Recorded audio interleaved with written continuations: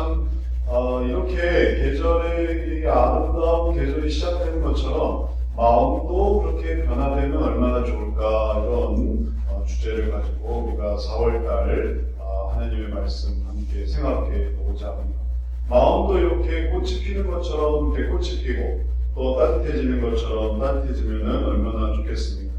그런데 계절은 다 시기가 있어서 딱 어느 때부터는 이제 따뜻해질 거야, 또 꽃도 어느 때부터는 필 거야, 해도 어느 때부터는 또 빛을 발할 거야, 또 날씨도 따뜻해질 거야, 그렇게 되지만 마음은 조석변, 마음은 아침 다르고 점심 다르고 저녁 다르고, 어제의 마음이 오늘과 또 유지될 수 있을 수도 있지만 아닐 수도 있고, 또 시시각각 주어진 상황과 환경 속에서 마음은 달라집니다. 이런 마음의 변화 속에서 우리들이 어떻게 하면 계절의 변화에 좋은 변화가 있는 것처럼 마음도 좋은 변화를 어떻게 하면 가져갈 수 있을까, 어떤 변화를 이루어갈 수 있을까 할 때 오늘 성경 말씀은 그런 변화의 방향성을 보여줍니다. 그런 마음이 변화되려고 하면 우선 변화되려고 하는 마음의 최종적인 모습, 최종적인 변화의 모습을 마음속에 새기는 것이 중요합니다. 그래야 그 방향으로 나아갈 수 있지, 그러지 않고 그 마음을 그냥 어두운 상태, 그거는 다 그때그때의 상태죠. 그때그때의 뜨거움, 그때그때의 차가움, 그때그때의 상태에만 의존을 하면은 그냥 이게 막 조석변하는 것이죠. 그러나 마음을 멀리 있는 최종적인, 궁극적인, 결과적인 그런 모습에 이 마음의 방향을 두고 그걸 생각하려고 하면은 거기에 향해서 조금 더 앞으로 나갈 수도 있고 뒤처질 수도 있고 또 좀 비켜갈 수도 있고 또 이리 갔다 저리 갔다 할 수도 있지만 그 마음을 향해서 나아갈 수 있습니다. 그래서 그 최종적인 변화의 모습을 마음에 새기는 것이 중요합니다. 그것을 성경 말씀은 우리들에게 보여주고 있습니다. 이게 그냥 단지 정신 수양이나 혹은 또 요가나 혹은 마인드 컨트롤이나 내가 마음을 붙들어야지, 흔히 그런 말 하지 않습니까? 정신줄을 붙들어라, 혹은 또 평정심을 가져라, 그런 상태를 생각하면서 그래 내가 이렇게 해야지 이렇게 해야지, 이것도 엄청 노력하는 거예요. 그렇게 하려고 내 마음을 진정해 심호흡도 하고 또 나쁜 생각하지 않으려고 노력하고, 그러니까 그 방향성을 갖는 것이죠. 근데 그것은 일반적인 반응이고 또 모습이고, 신앙적으로 하나님 제가 여기서 의심이 납니다, 흔들립니다, 또 하나님을 의지할 수가 없습니다, 그러나 하나님 도와주세요 하고 그 모습을 향해 나아가려고 하면 마음속에 그 모습이 새겨지는 것이고, 또 마음속에 그 모습을 향해서 나아가려고 하는 그런 노력이 시작이 되는 것입니다. 그러니까 마음이 유지되는 것이죠. 배가 자기의 그 닻을 땅에 내리고 있으면은 이 배가 흔들리지 않습니다. 그리고 또 쉽게 흘러 내려가지도 않습니다. 닻을 내리니까 돛을 올리고 닻을 내리고 그 무거운 추를 바다 이 아래 해저에 딱 내려놓으면 바람이 불고 또 파도가 쳐도 배가 든든히 버틸 수 있습니다. 그래서 우리의 마음의 닭도 하나님께 두고 그 모습을 따라가려고 하면은, 그러면은 그 모습으로 나아갈 수 있는 것입니다. 우리가 마음속에 이러한 것을 새기는 것이 이상한 원리가 아닙니다. 우리가 꽃을 보고 사진을 찍지 않습니다. 그리고 그 사진을 봐요. 요즘에도 벚꽃이 얼마나 예쁜지 몰라요. 벚꽃 사진을 딱 찍고, 그리고 그 사진을 봅니다. 너무 예쁘다. 그리고 그 사진을 보면은 마음이 흐뭇해진다.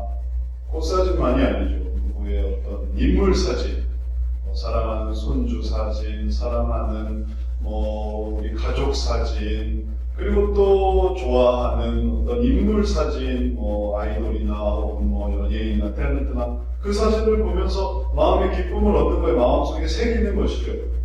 그래서 지금은 우울하고 어렵고 힘들어도 이 사진을 보면서 내가 더 상위의 개념을 생각하는 거죠. 그 속에서 기쁨을 누리는 것이죠. 그와 마찬가지예요. 우리도 하나님께서 우리에게 주시는 그 아름다운 모습을 보면서 지금 어렵고 힘들고 괴로운 모습에서 닻을 우리는 하늘에 두는 거죠. 우리의 마음의 닻을 하늘에 두니까 그러니까 흔들리지 않는 거예요.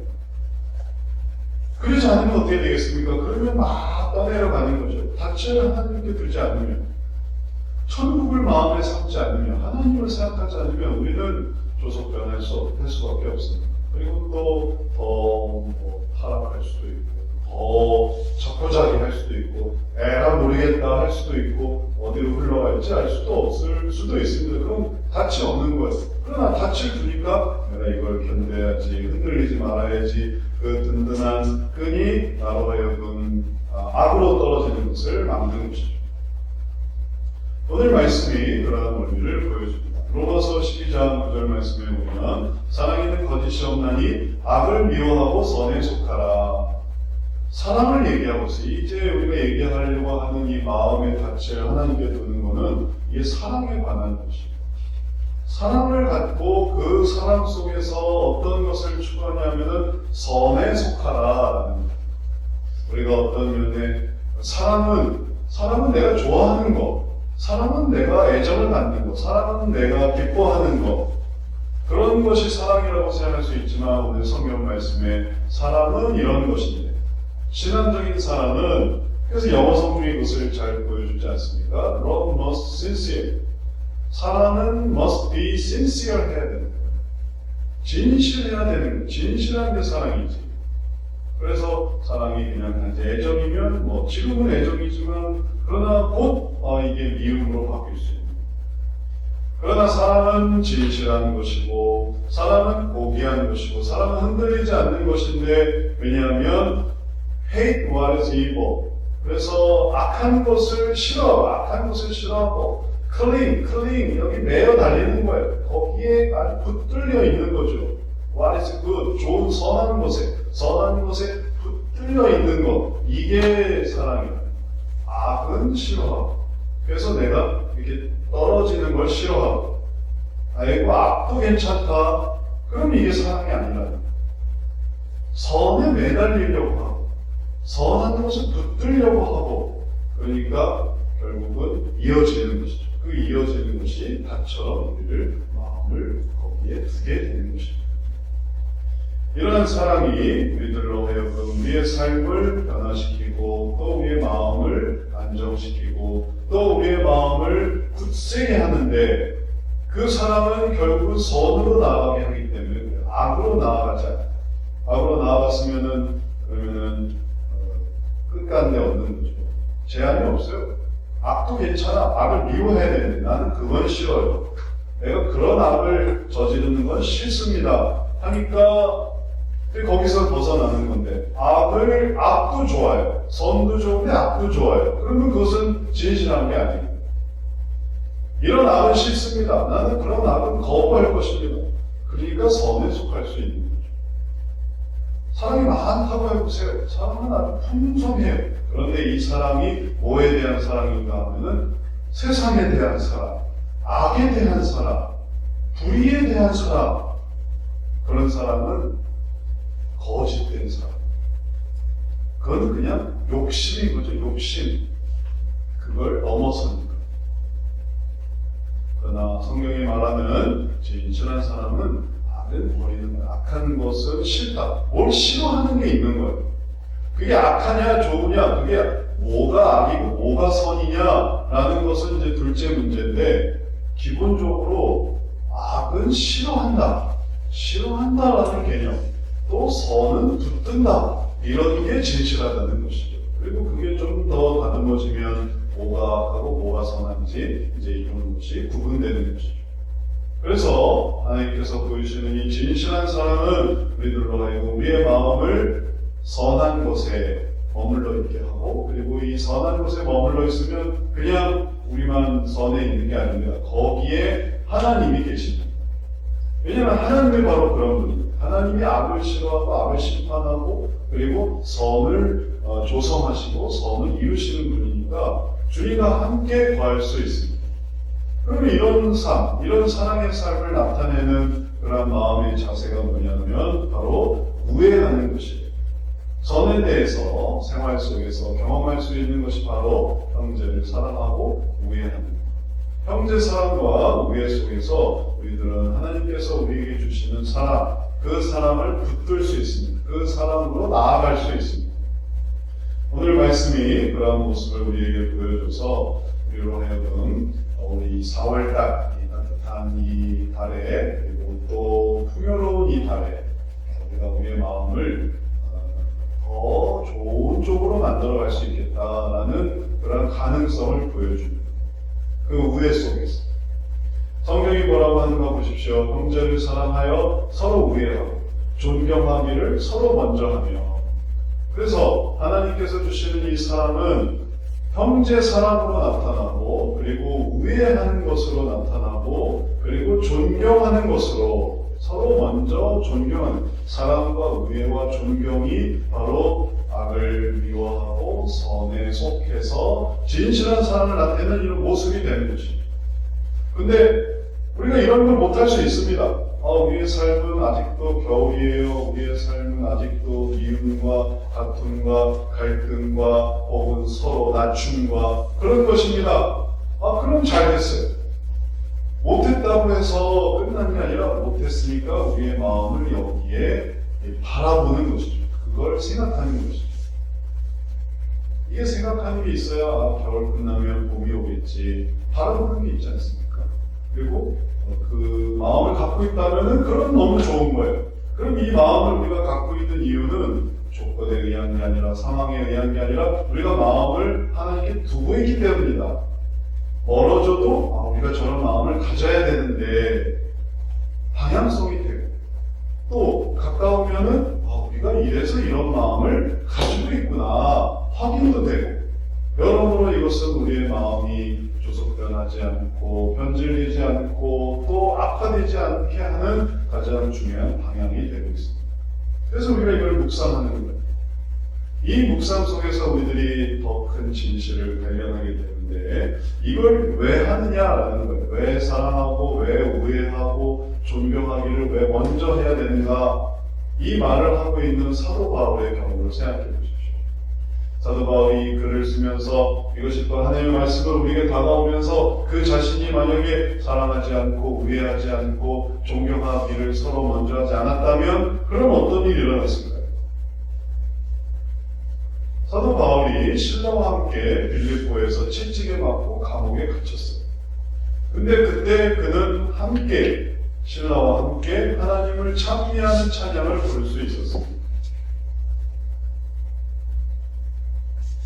만약에 그들이 서로 비난하고 서로 원망하고 서로 증오하는 삶이었으면 둘이 같이 그런 일을 당하고 찬양할 수 있었겠습니까? 그들은 서로 바울 때문에 바울이 오자는 대로 왔더니 이렇게 됐을 거야 신라가 그렇게 생각할 수도 있었고 또 바울은 신라에게 대해서 신라를 데리고 왔더니 별로 효과가 없다. 뭔가 도움을 주고 또 여기서 빠져나갈 수 있도록 뭔가 조치를 취해줘야 되는데 신라는 내 옆에만 있지 전혀 도움이 안 된다.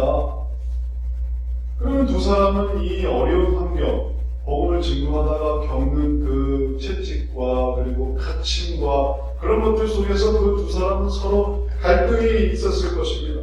당신 때문이야? 아니요, 당신 때문이죠. 바울 때문입니다. 아니요, 신라 때문이에요. 우리의 삶은 왜 이럴까?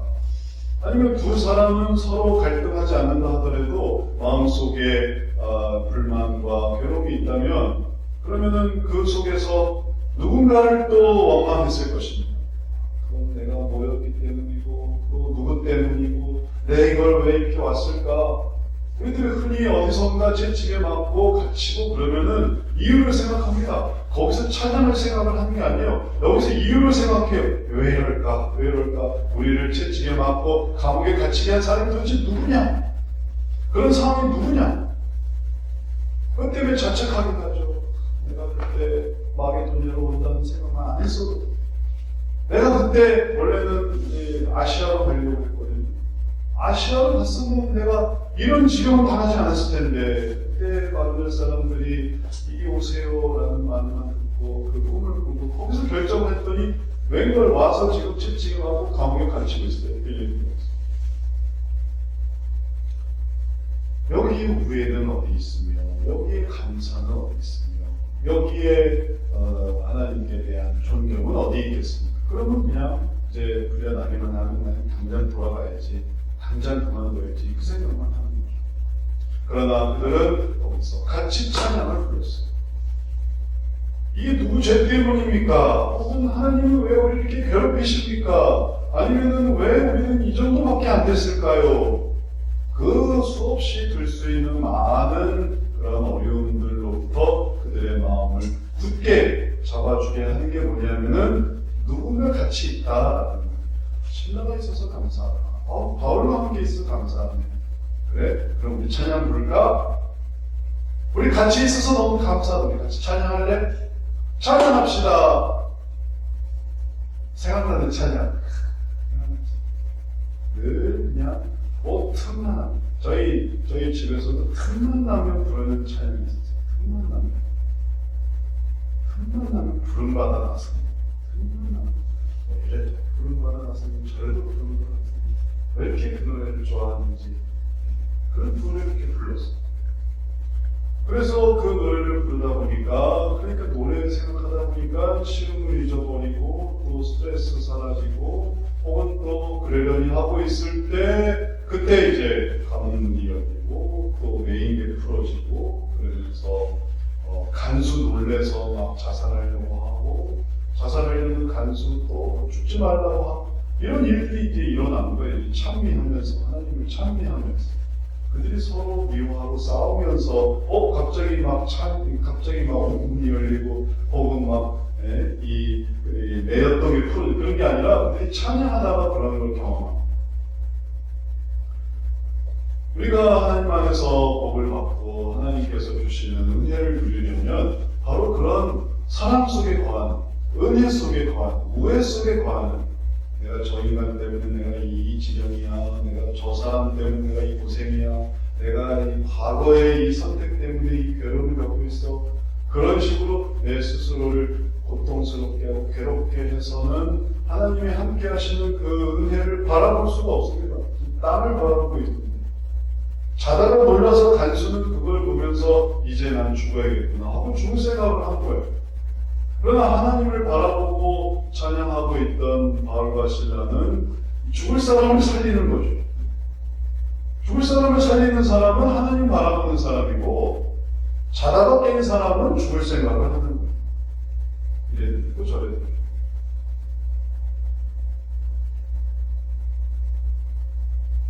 우리가 어려움 당하고 또 문제가 생길 수 있지만 우애하게 되면 견딜 수 있는 힘이 생기고 그 고비를 견디면 그러면 하나님의 은혜를 누리게 됩니다. 그 고비를 견디고 그 어려움을 이제 넘어서면. 그래서 직장도 들어가면 처음에 어렵지만 같이 일하는 동료가 있으니까 위로가 돼서 그 고비를 넘기니까 그 일이 익숙해집니다. 결혼 생활도 처음에는 힘들지만 그러나 우애가 있어서 그 사람 때문에 또 참고 하다 보니까 결혼 생활이 길어집니다. 그리고 투병 생활도 투병하는 것도 치료하는 것도 힘들어요. 그러나 그 투병 생활도 함께 치료받으러 가며 오며 하는 그 동행해주는 가족들 격려 그걸 받으면서 또 여기서 이제 조금만 더 견디자 하면서 병이 낫기도 하고 그런. 그래서 이러한 것을 우리가 우리 삶에 적용할 때 서로 사랑하고 우애하고 존경하고 그럴 때 아주 깊은 가정생활을 경험하게 됩니다. 하나님이 주시는 선에 거하자. 내가 선에 거해야지. 또 우애해야지. 좋게 지내야지. 또 좋게 생각해야지. 존경해야지. 참 귀한 일을 한다. 존경해야지. 그러면 기쁜 가정생활을 경험하는 거예요. 그러나 돈도 못 벌어와 괴롭혀 그 다음에 미워 안 봐 나한테는 저 핸드폰이야 그 다음에 아유 너무 보기 싫어 아유 안 보고 싶어 그러면 가정생활이 가정생활이 뭐가 되겠어요? 슬픈 가정생활이 되는 거죠. 너무 슬픈 가정생활뿐만 아니라 직장생활도 너무 싫어, 그 사람 너무 싫어, 저 선배 싫어, 사장 싫어, 신입 싫어, 일 싫어, 싫어. 지옥이 펼쳐집니다. 지옥. 월급 때만 좋고 그 다음부터 다시 지옥. 월급 때 천국이었다가 다시 지옥. 존경도 저 사람 왜 저렇게 못해, 저 사람 실력도 없어, 성격이 나빠, 혹은 또 뭐 모습이 안 좋아, 뭐 이런 문제 있어, 저런 문제 있어. 그러면은 그게 나한테 결국 내가 너무 괴로워. 내가 그렇게 생각하니까 그 사람은 그렇게 낮춰서 생각하니까 내가 견딜 수가 없어요. 내가 이런 사람이랑 같이 있다니, 자기가 자기 미친데 내가 이런 사람이랑 같이 있다. 그러니까 내 모습도 견딜 수가 없어요. 그러나 반대로 그 사람이 잘하는 게 있어. 그 사람이 똑똑한 게 있어. 그 사람이 귀한 일을 하고 있어.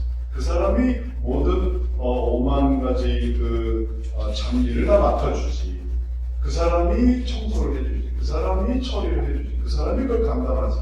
내가 감당하려고 했으면은 나는 참 큰일 날 뻔했을 거야. 저도 이제 병원 치료를 하면서 이제 권사님 이제 병원 치료를 하면서 병원 다니면서 계속 생각했던 건 뭐냐면은 지금 병을 못 고치면 나중에 더 고생한다. 그런 생각했어요. 지금 병을 못 고치면 나중에 더 고생한다. 그러니 지금 가는 거는 이건 아주 작은 거야. 같이 가줘서 감사하다. 그런 생각을 하면서 같이 가고 같이 오고 그랬어요. 그러니까 좀 저도 괜찮더라고요. 그러지 않고 나를 이렇게 괴롭히고 고생시키고 다 알아요. 아이고 아들이 오셨네요. 어머님 모시고는 그 아들 오늘도 투표가 갔는데 아들이시죠? 아들이 데리고 나더라고요. 근데 그걸 잘못 생각해서 내가 내 시간을 뺏고 내 노력을 뺏고 내 어려움을 가중시키고 그렇게 생각하면 저도 힘들어서 못하죠. 그런데 이걸 하니까 더 큰 걸 얻는다. 이걸 해서 건강을 얻고 이걸 해서 또 내 마음이 편하고 이걸 하니까 더 많은 걸 얻어가고 있는 과정이야. 그러니까 감당을 하더라고요.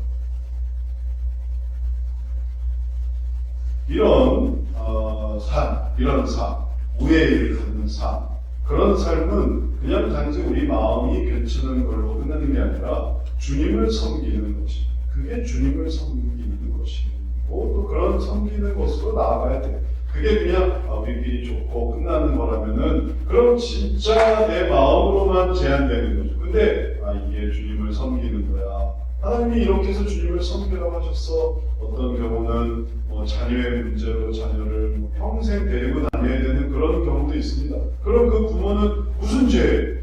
자녀의 연약함으로, 자녀의 어떤 육체적 연약함으로, 정신적 연약함으로 그 자녀를 평생 데리고 다녀야 되는 부모는 무슨 생활을 하면서 살아야 되겠습니까? 근데 그때 그 부모님들이 발견하는 건 이 자녀가 주님이 주신 자녀고 나는 이 자녀를 주님을 섬기는 것처럼 내가 섬겨야지. 그렇게 생각을 하거든요. 그런데 얘기가 달라지는 거예요. 자녀가 내 발목을 붙드는 게 아니라 내가 이 자녀를 통해서 주님을 섬기려고 하니까 가정생활 속에서 이게 주님과 관계가 된다. 주님 아시지요? 주님 기억하시지요? 제가 이렇게 보냈습니다. 그게 주님을 섬기는 것이에요. 오늘 성경 말씀이 이제 그냥 단지 우애 있게만 하는 게 아니라 11절 말씀이 이어집니다. 부지런하여 게으르지 말고 열심을 품고 주를 섬기라. 난데없이 주님을 섬기라는 게 아니라 이게 주님을 섬기는 거예요. 그게 부지런하고 게으르지 않고 열심을 품고 주를 섬기는 삶입니다. 그러면 그 주님을 섬기는 삶으로 우리가 선교를 가야 되고 혹은 또 교회를 또 봉사해야 되고 혹은 어떤 위대한 일을 해야 되고 그런 의미가 아니라 여기서 내가 어떻게 하냐면은 주님을 섬기는 마음으로 사람들을 대하는 거죠. 내가 존경하는 이유는, 내가 우애하는 이유는, 그 사람과 잘 지내보려고 하는 이유는, 또 그 사람을 사랑하는 이유는 내가 주님을 섬기기 때문인 것입니다. 그리고 내가 그걸 의식하는 것입니다. 나는 이걸 주님을 섬기기 때문에 하는 거야. 주님을 섬기기 때문에 내가 부모를 섬기는 거야. 주님을 섬기기 때문에 내 자녀를 돌보는 거야. 주님을 섬기기 때문에 우리 가족을 챙기는 거야. 아, 주님을 섬기다, 주님을 섬기다. 그러면 주님께 앞으로 나아갔을 때 주님이 너는 혼자 너 착각이었어. 나는 아무 상관이 없다. 주님이 그러시겠습니까? 그러면 왜 그런 가족을 주셨겠어요? 하나님이 그 가족을 왜 하와를 주셨겠습니까? 왜 그 하와와 함께 결혼 생활을 하게 하시며 하와에게는 왜 아담을 주셨겠습니까? 왜 아담과 함께 결혼 생활을 하셨겠습니까? 하나님이 그것을 시작하셨기 때문에 하나님 안에 의미가 있어요. 가치가 있습니다. 또 반대로 그거를 섬기지 않는다고 생각해 보세요. 하와 어디 있니? 좀 모르겠는데요. 제가 하와를 지키는 자입니까? 아담 어디 있니? 모르겠는데요. 아담은 자기 길로 갔어요. 이게 아벨이 어디 있느냐라고 물었던 가인에게 묻히는 질문과 동일한 겁니다. 그러면 할 말이 없어요. 내가 한 게 없으니까. 그러면 거기에 하나님이 뭐라고 하시겠습니까? 그게 주님을 섬기는 것이었다는 거죠. 그래서 너에게 아담을 주었고 하와를 주었고 가인을 주었고 아벨을 주었다. 그리고 그걸 잘 섬기면 그 섬김 속에서 더 중요한 그 다음으로도 넘어가는 거예요. 그래서 이게 주님을 섬기는 것이 됩니다. 우리가 주님을 높이 섬기고 그분을 섬기려고 주님을 더 높이 하고 그분을 섬기려고 할 때 형제들끼리의 사랑과 우애와 존경을 이룰 수 있는데 그것은 형제들이 좋아서가 아니에요. 형제들이 잘해서가 아닙니다. 주님이 더 중요하기 때문에 그래요. 잘해야 해주죠. 형제들이 좀 괜찮아야 해주죠. 그렇게 생각하면 우리가 아주 떳떳해 보여요. 형제가 못했습니까? 형제는 불성실했습니까? 그런데 어차피 우리가 사랑하고 우애하고 존경하는 이유는 형제가 잘해서 못해서가 아니라 주님이 그걸 하라고 했기 때문에 그런 것이죠. 시작이. 그래서 아주 친절한 형제 혹은 은혜 갚을 줄 아는 형제 혹은 또 보기 좋은 형제한테만 사랑과 우애와 존경을 베풀어라. 그렇게 딱 제한한 게 아니라 주님을 섬겨라. 주님을 섬기고 모든 형제에게, 모든 자매에게, 모든 대상에게 사랑과 우애와 존경을 나타내라. 그게 주님을 섬기는 거니까 바로 주님을 섬기는 귀한 삶을 주님께서는 우리에게 말씀해 주고 계시는 것입니다. 그러니 기준이 그 형제에게 있는 게 아니에요. 우리가 봤던 노아의 아들 셈, 함, 야벳도 생각해 보십시오. 함은 어떻게 있는가? 이 둘째가 문제인데 함은 노아의 그 벌거벗은 모습을 보았습니다. 그 추태를 보았어요. 술 먹고 그 부끄러운 모습을 보았습니다. 그리고 함은 그냥 그것을 내버려 두고 그리고 그것을 형제들에게 이제 조롱하듯이 얘기하는 그런 모습일 수밖에 없었어요. 함이 그랬죠. 셈과 야벳은 어떻게 했습니까? 셈과 야벳은 그게 나쁜 모습인데 똑같은 모습인데 노아는 그냥 그대로 있는 거예요. 그러나 셈과 야벳은 어떻게 했냐면은 그 부끄러움, 그 수치스러움, 그 창피한 모습에 그들은 협력했습니다. 우애를 가지고 협력을 했어요. 협력을 해서 뭘 했냐면은 아버지 노아의 그 벌거벗은 것을 뒷걸음질 쳐가서 그래서 그의 몸을 옷으로 덮었어요. 그 둘이서 이제 협력한 거죠. 그래서 협력한 셈과 야벳은 나중에 노아의 축복을 받았고 그리고 아버지 노아의 부끄러움을 이렇게 드러내고 그리고 또 방치하던 함의 정확히 말하면 함의 아들인 가나안이 저주를 받았어요. 그래서 그 부대에서 정말 가나안이 저주를 받아서 불행한 삶을 살게 되었던 것이죠. 우리가 우리 인생에서도 마찬가지입니다.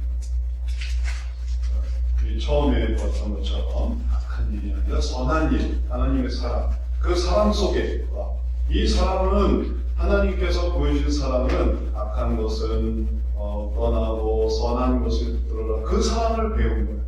우리 좋아하는 사람만 좋아해라. 이런 사랑이 아니고 우리끼리만 사랑해야 된다. 우리 편 사랑해야 된다. 우리 연관된 사람 사랑해야 된다. 그 사람은 꼭 그 사람이 뭐 어쨌든 하여튼 편 들어줘야 된다. 이런 사랑을 가르쳐준 게 아닙니다.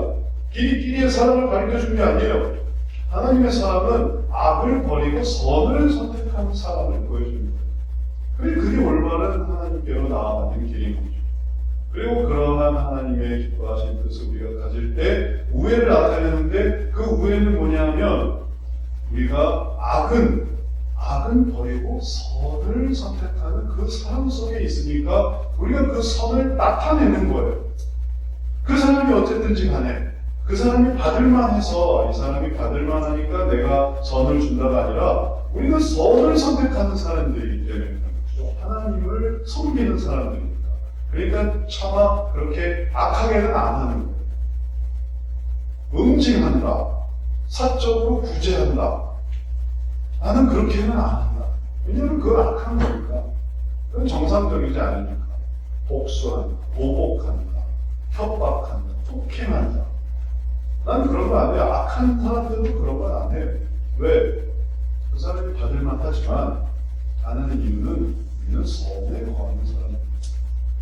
그래서 선으로 재판을 받게 하고 심판을 받게 하고 정당한 그런 결실을 얻게 하는 것이지 내가 그런 부분에 임의로 결정하는 게 아닌 것이죠.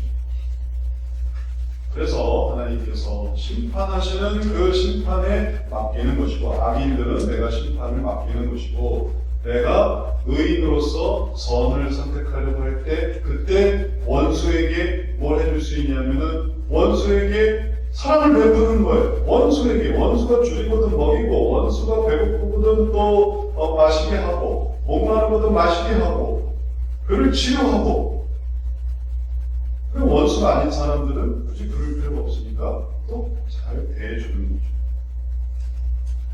요셉이 애굽의 총리가 되고 나서 아버지 야곱이 죽었습니다. 그러니까 이제 형제들이 두려움에 떨었습니다. 아버지 죽기 전에는 어떨지 모르겠지만 아버지가 죽으셨으니 이제 요셉이 애굽의 총리고 우리는 그 밑에 아주 신하로 살아가고 있는데 우리를 죽이지 않을까? 우리를 이제 고통스럽게 하지 않을까? 그래서 형들이 와서 미리 요셉에게 엎드렸습니다. 엎드려서 저희를 살려주세요. 그랬어요. 그러니까 요셉이 울었습니다. 요셉이 울었어요. 울었다고 했어요. 왜냐하면 자기가 그런 사람으로 취급되고 그리고 또 형들이 그런 두려움을 갖는 것에 대해서 슬펐어요. 그래서 거기서 분명히 말하셨습니다. 저는 하나님을 섬기니까. 하나님을 섬기니까. 제가 하나님의 뜻을 알게 됐으니 제가 하나님의 뜻으로 여러분을 먹이고 살리겠습니다. 여러분을 제가 돌보겠습니다. 아버지 야곱 때문에 그러는 게 아니에요. 아버지 야곱 때문에 내가 아버지 죽고 난 다음에는 이 원수를 갚을 거야. 형들이 날 팔았어. 내가 그 원수를 갚을 거야. 그렇게 생각한 게 아닙니다. 하나님의 뜻을 생각하니까 이제 그런 사랑을 베풀었던 것이죠. 오늘날 우리가 우리 자신의 기준, 내 자신의 욕심의 기준으로만 판단할 때 그때 인간관계에 갈등이 일어나게 될 것이에요. 나를 어떻게 했어? 또 나를 억울하게 했어? 내게서 뭘 뺏었어? 나를 힘들게 했어? 나에 대한 그런 거죠. 그런 것만 생각하면 갈등이 일어날 어떤 천지, 그런 일어날 일들이 아주 무궁무진해요. 그러니까 내 마음도 그렇게 생각하다 보니까 내 마음도 어두워지는 거예요. 내 마음도 그래서 낮아지게 되는 거예요. 그래서 날이 밝으면 날이 밝아서 혹은 또 추우면 날이 추워서 이래서 저래서 내가 원하는 걸 이루어주지 않으니까 그래서 내 마음에는 갈등이 그득하고 그리고 그래서 이 사람과 척을 지고 저 사람과 원수를 맺고 저 사람은 제외시키고 이 사람은 이제 그만하고 명하기가 다 없어요. 없어요.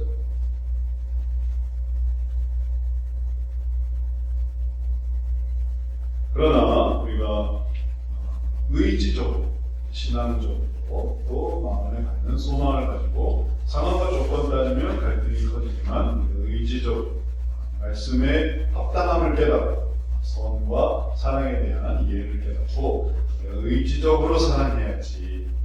그러면 진정한 우리의 삶을 살 수 있고 그렇다고 지금 우리가 다 변화될 수 있으라고 생각할 수는 없습니다. 그걸 바라본다는 거죠. 처음에 그걸 바라본다. 그걸 바라본다. 그래서 거기서 내가 이쪽을 바라봐야지 라고 한다는 거예요. 그러니 우리가 이 말씀으로 갑자기 휙 바뀌는 걸 기대하는 게 아니라 그런 후에는 그렇게 마음의 변화 속에 그리고 의지 속에 내가 그렇게 한다라는 그 개념이구나. 그게 오늘 말씀에 우리가 알게 되는 진리입니다. 이제 그럴 때 하나님께서 부르시는 약속이 있습니다. 12절, 13절 말씀에 나타납니다. 소망 중에 즐거워, 환난 중에 참으며, 기도에 항상 힘쓰며, 성도에 쓸 것을 공급하며, 손 대접하기를 힘쓰라. 그래서 형제로 끝나는 게 아니라 이렇게 하나님을 바라보며 소망 중에 즐거워하고, 왜냐하면 소망이 있으니까 내가 어떤 조건이 있어서가 아니라 환난 중에도 참고, 환난 때문에 괴로워하는 게 아니라 환난 중에 잘 참고, 기도, 하나님을 더욱더 의지하고 기도하니까, 그래서 바울과 실라가 바로 그러한 변화를 겪은 것이고, 그리고 그 겪은 것이 어떻게 발전이 되냐면 성도들의 쓸 것을 공급하며 손 대접하기를 힘쓰라. 우애하는 삶 속에 다른 사람에게로 넘어가는 거예요. 다른 사람에게도 그러한 손을 내미는 것입니다. 그러다 보면 이 손 대접하면서 정말 하나님을 섬기게 되고, 하나님을 섬기는 삶, 그리스도를 섬기는 삶을 잘 살게 되고, 그러한 섬기는 삶을 살다 보니까 정말 중요한 사람, 그런 속에 있다 보니까 정말 중요한 사람을 잘 섬길 수 있어요. 자기 인생에 중요한 사람이 있습니다. 그 사람은 정말 잘 대해야 되는 그런 사람이 있어요. 그런 사람을 잘 대할 수가 있어요. 여기서 이걸 소홀히 하지 않고 잘 대해야 돼요. 그렇게 해도 확장이 되어집니다. 근데 이제 그게 이제 핵심은 아니라 우리가 뭐가 핵심이냐면은 이런 사랑에 더하려고 하는 게 핵심인 거죠. 이제 말씀을 마치겠습니다. 다른 사람과 우리 가족을 대할 때 오늘 지금 말씀해 보여주는 대로 주를 섬기는 삶이 무엇인가를 생각하고 더욱 그리스도의 사랑을 또 바라보고 또 우애를 생각하며 그 우애로 기쁨을 누리면서 살아가는 성도들 되시길 바랍니다. 그래서 이 4월에 풍성한 4월에 그 기쁨을 잘 누리고 나눌 수 있도록, 그리고 내 마음이 따뜻해지는 마음 될 수 있게 해달라고 또 간구하며 나아가는 우리 모두 되시기를 주의 이름으로 축원합니다. 사랑의 주님,